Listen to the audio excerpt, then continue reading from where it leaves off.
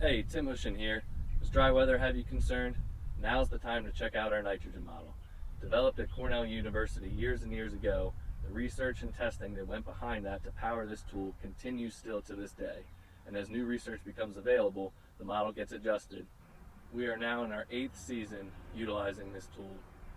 And over those years, it has maintained an average of a 15% advantage to NUE, nitrogen use efficiency. So we're 15% more efficient on the pounds of nitrogen we put out per bushel of corn.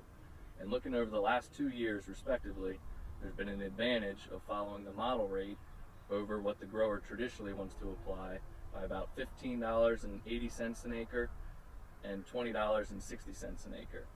So this cornfield was planted just over 6 weeks ago, and ever since that day it was planted and put in the ground, we had the model active and running. And every day I get a text and an email straight to my phone every morning letting me know the status of the nitrogen levels in this field. There's been 105 units of nitrogen applied already, all of that from pre-plant all the way through the starter. And right now the model is calling for 100 units of nitrogen to carry us through the end of the season. What we're also able to do is run some year-to-year comparisons. We can run these all the way back to 2010 on what this current field and this current setup and the parameters that we input, how that compares, how this recommendation compares now to what it might have done over the last 13 years. And when we look at how this year's recommendation compares to the past, we are about 11% less than the average over that same time period. And we can dive further into the details of each field and show that given our current situation, our current setup, and the weather that has happened so far, nitrogen loss is on par with that same time period. Nitrogen mineralization is a lot higher. We're at like record high levels compared to any of the previous years. And when we look at rainfall, we are definitely behind in that regard compared to the average. But the one thing we got to remember is that mild drought stress can, at least initially, cause the roots to dig a little deeper, dive a little deeper into that soil profile, trying to find whether it be water, nutrients, whatever it may be looking to scavenge for.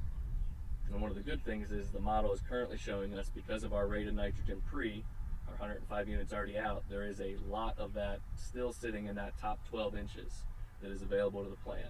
And there's also, even though we've had limited rainfall, there is still some left in the area that those roots can go get. It's not a lot, but there's definitely still some that is available based on what the model is showing us.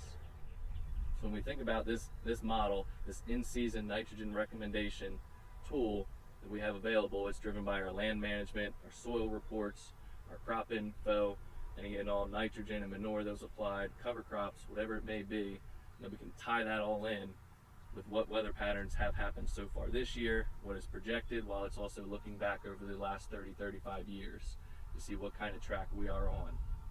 It is a great tool, a powerful tool that has provided a lot of success for the growers who have partnered with us. So please reach out, get in touch with our team today, and we will get you enrolled.